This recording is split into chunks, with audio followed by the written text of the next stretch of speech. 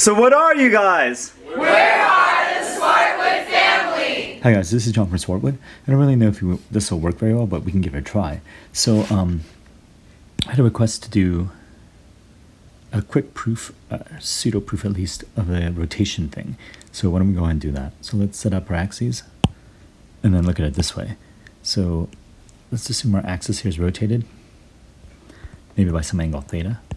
Okay, and then let's try this.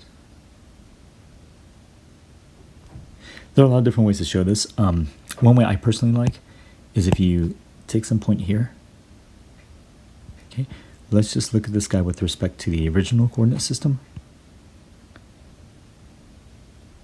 and compute his value. So in the original coordinate system, if we just imagine you're connected by something that looks like this. Let's set that to be r. Then you know that the height here is going to be r. Oh, we need this angle. Let's make up a name. Let's call it alpha. So it's going to be r sine alpha, right, for the y coordinate. And then we know for the horizontal component, we're going to get what? R cosine alpha. So now what we want to do is basically the same thing. We want to rewrite it in terms of our new coordinate system. Okay. So if you look at this sucker, we're going to do exactly the same thing, but instead we're going to take this angle, which I think happens to be alpha minus theta, right? So you can see you take alpha. Let's see if I can highlight this. Alpha, and then you subtract theta, and so we get alpha minus theta. Okay, so let's give this a try. Let's see. Here, what's this thing going to be? Well, it's just going to be r sine of alpha minus theta, right? And then this guy here is going to be r cosine of alpha minus theta.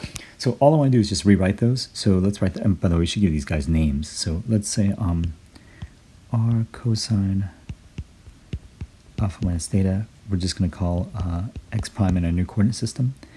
And then underneath we'll say r sine alpha minus theta is equal to y prime.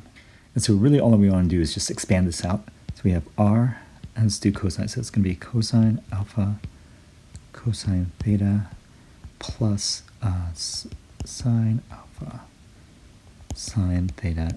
And that's just a standard trig identity, right? The key though is I want to kind of group. But first let's leave it like that. Over here we're going to have r sine alpha cosine theta minus sine theta cosine alpha, right? We'll call that y prime. Let's go ahead and just highlight what we want. So we said before that in our old system, we have r cosine alpha is x and r sine alpha is y, right? So if you look at this distributing cross, actually I should distribute that, huh? Let's go ahead and do that. Let's write this as line sine theta. And then over here we'll have r sine alpha cosine theta.